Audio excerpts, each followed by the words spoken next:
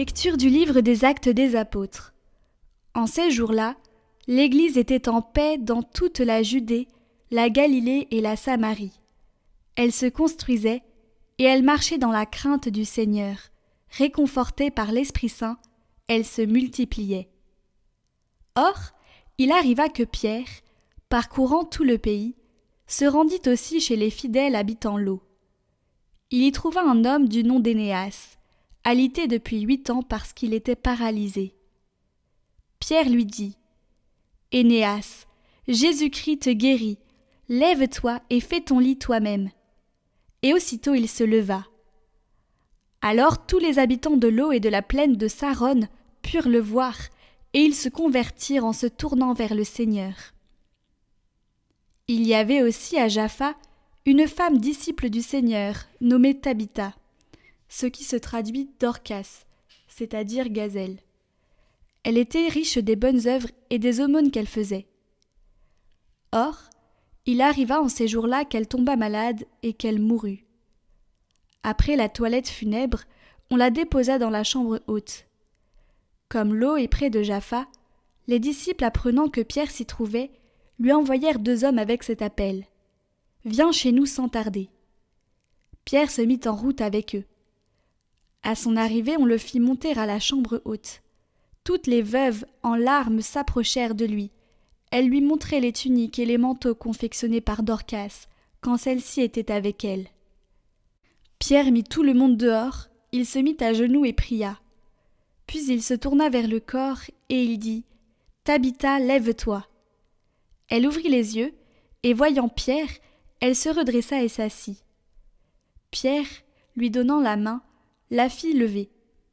Puis il appela les fidèles et les veuves et la leur présenta vivante. La chose fut connue dans toute la ville de Jaffa, et beaucoup crurent au Seigneur.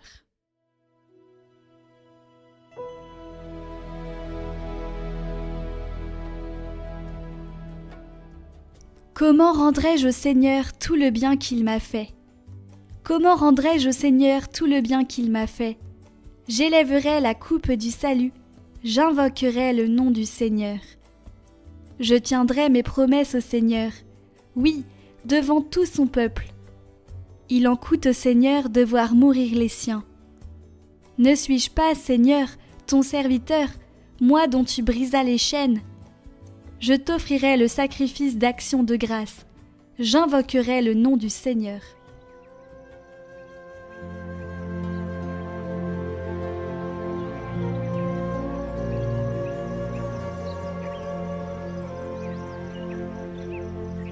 Évangile de Jésus-Christ selon saint Jean.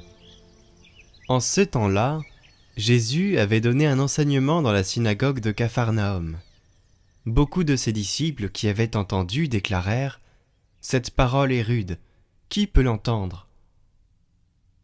Jésus savait en lui-même que ses disciples récriminaient à son sujet. Il leur dit : « Cela vous scandalise ? Et quand vous verrez le Fils de l'homme monter là où il était auparavant ? C'est l'esprit qui fait vivre, la chair n'est capable de rien. Les paroles que je vous ai dites sont esprit et elles sont vie. Mais il y en a parmi vous qui ne croient pas. » Jésus savait en effet, depuis le commencement, quels étaient ceux qui ne croiraient pas, et qui était celui qui le livrerait. Il ajouta : « Voilà pourquoi je vous ai dit que personne ne peut venir à moi si cela ne lui est pas donné par le Père. » À partir de ce moment, beaucoup de ses disciples s'en retournèrent et cessèrent de l'accompagner. Alors Jésus dit aux 12 : « Voulez-vous partir, vous aussi ?» Simon-Pierre lui répondit : « Seigneur, à qui irions-nous ? Tu as les paroles de la vie éternelle. Quant à nous, nous croyons et nous savons que tu es le Saint de Dieu. »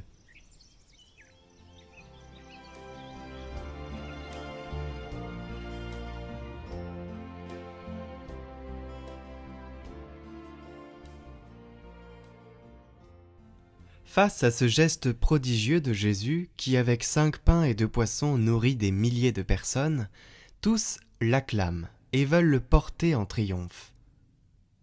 le faire roi.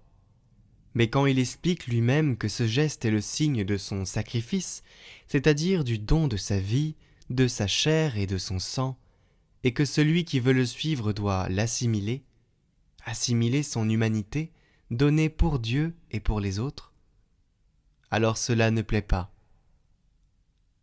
Ce Jésus nous met en crise. Nous devons d'ailleurs nous préoccuper s'il ne nous met pas en crise, car nous avons peut-être édulcoré son message.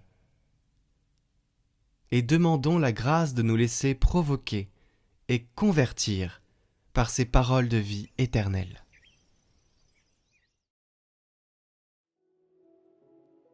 Trinité éternelle, océan sans fond, pouvez-vous me donner davantage que de vous donner vous-même ? Vous êtes le feu qui ne s'éteint jamais. Vous êtes le feu qui consume tout amour-propre de l'âme. C'est à sa lumière que vous m'avez fait connaître votre vérité. Lumière au-dessus de toute lumière. Par la lumière de la foi, je possède la sagesse dans la sagesse de votre Fils. Par la lumière de la foi, j'ai la force, la constance et la persévérance. Par la lumière de la foi, j'espère sans défaillir en route. Bien au-dessus de tout bien, bien qui donne la félicité, incompréhensible bien, inestimable bien, beauté qui surpasse toute beauté, sagesse au-dessus de toute sagesse, bien plus, la sagesse même. Vous êtes le vêtement qui couvre toute nudité, la nourriture qui par sa douceur réjouit tous ceux qui ont faim. Revêtez-moi, vérité éternelle, revêtez-moi de vous-même, pour que je passe cette vie dans l'obéissance et dans la lumière de la foi.